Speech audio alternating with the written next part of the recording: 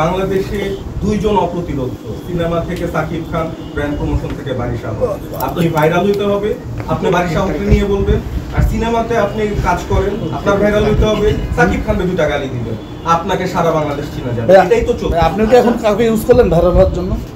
আমরা তো already viral. আমরা তো কখনো ভাইরাল হইতে আমাদের তো বাংলাদেশে একটা বারিশা ছাড়া কোনো ওনার কোম্পানিতে আমি একবার বা দুবার হয়তো প্রমোশনাল কাজের জন্য গেছিলাম, সেটা অনেক বছর আগের ঘটনা।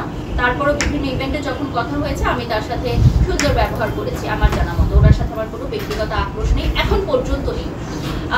আমি এটা গোপন সূত্রে জানতে পেরেছি যে ষড়যন্ত্রর একটি দল বা একটি চক্র যারা আমার এই সুনাম বা ক্যারিয়ার ধ্বংস করার জন্য তাকে লিডার হিসেবে ব্যবহার করছে, এবং ওনার যেই ব্র্যান্ড রয়েছে সে সকল রাইভাল ব্র্যান্ডের সাথে আমি অ্যাজ আ ব্র্যান্ড অ্যাম্বাসেডর কাজ করছি। তো আমাকে যদি দমানো সম্ভব হয় তাহলে শুধুমাত্র বাংলাদেশে একাই হয়তো কেউ রাজত্ব করতে চাচ্ছে, সোশ্যাল মিডিয়াতে একাই উনি রাজত্ব করতে চাচ্ছে, কিন্তু এটা তো কখনো সম্ভব না। আমরা সবাই মিলে কাজ করব, আমরা এক বা একাধিক ব্র্যান্ডের সাথে কাজ করব, এক বা একাধিক ব্র্যান্ড ব্যবসা করবে, এটাই হওয়া উচিত। এবং আরো একটি কথা আমি পরিষ্কার করতে চাই, বিভিন্ন জায়গায় এসে উনি এগুলো এস্টাবলিশ করার চেষ্টা করছেন যে আমি অহংকারী, আমি মানুষের সাথে খারাপ আচরণ করি।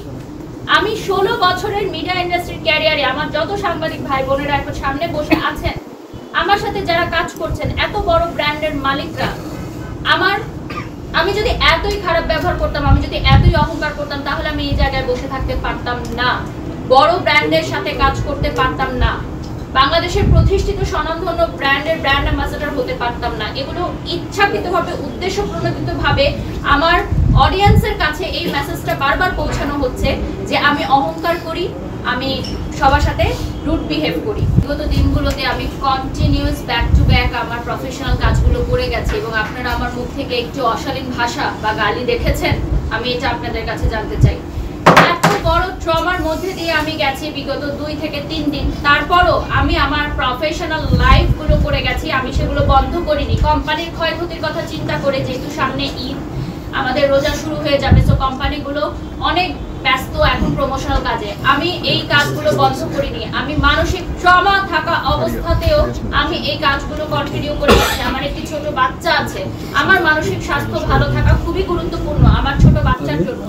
সেই ট্রমার মধ্যে থেকেও আমি আমার কাজগুলো কন্টিনিউ বেসিসে করে গেছি, এবং আমার মুখ থেকে আপনি মুক্ত নারী উদ্যোক্তা বা অভিযোগকারী বা যার নামেই হোক, যারা কমেন্টও করেছে আমাকে, তাদের প্রতি উত্তরও আমার মুখ থেকে আপনারা একটা অশালীন ভাষা বা একটা গালি কি শুনেছেন?